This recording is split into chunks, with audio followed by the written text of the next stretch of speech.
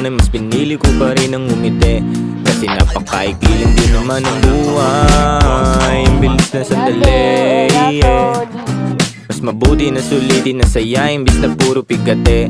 Kasi ganyan lang ang buhay. Huwag mainipin kung ano ang parating. Huwag masyadong isipin may mangyari mang mali. Lakan dapat sisihin, paano ka magbabawi, yun ang dapat isipin. Dami kong pinapangarap abutin, mga bagay na hindi ko balak akinin. Tiwala sa proseso, kailangan di mainipin. Bigay mo ang lahat habang kompleto pa ang ngipin. At kung ako naman ang tatanungin,